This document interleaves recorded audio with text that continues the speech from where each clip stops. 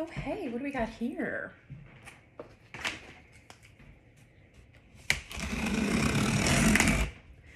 Hey guys, it's Ruth. I'm here with another History Mystery Monday, and I don't think I've ever done an unboxing video for you, so we're in for a treat.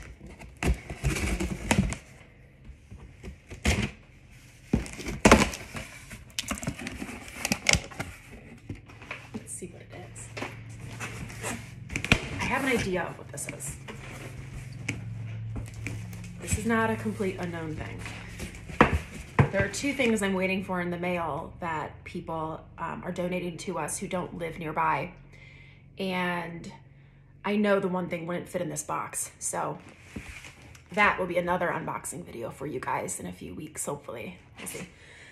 Okay.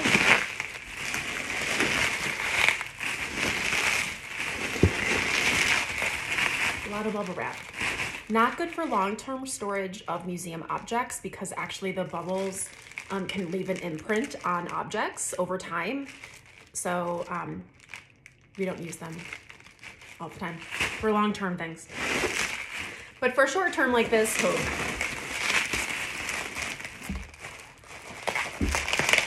my goodness.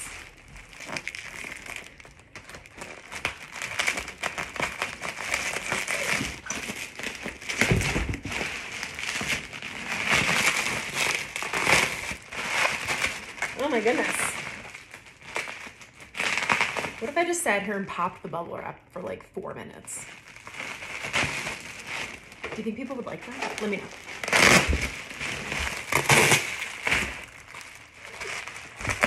All right.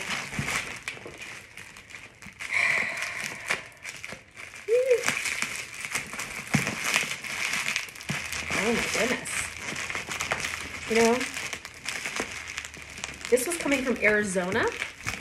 And what I know about this is this came from his mom, who graduated, I'm gonna get this wrong, 1931, I think. And she, oh, sorry, hold on. Pause. Sorry, that was just Carolyn walking in. I didn't know you were coming back. Oh, yeah. Okay. So his mom was a cheerleader, and she left this, and he wanted to donate to us. Oh boy.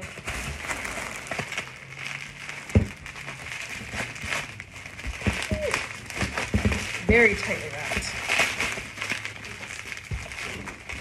I don't want to hurt it.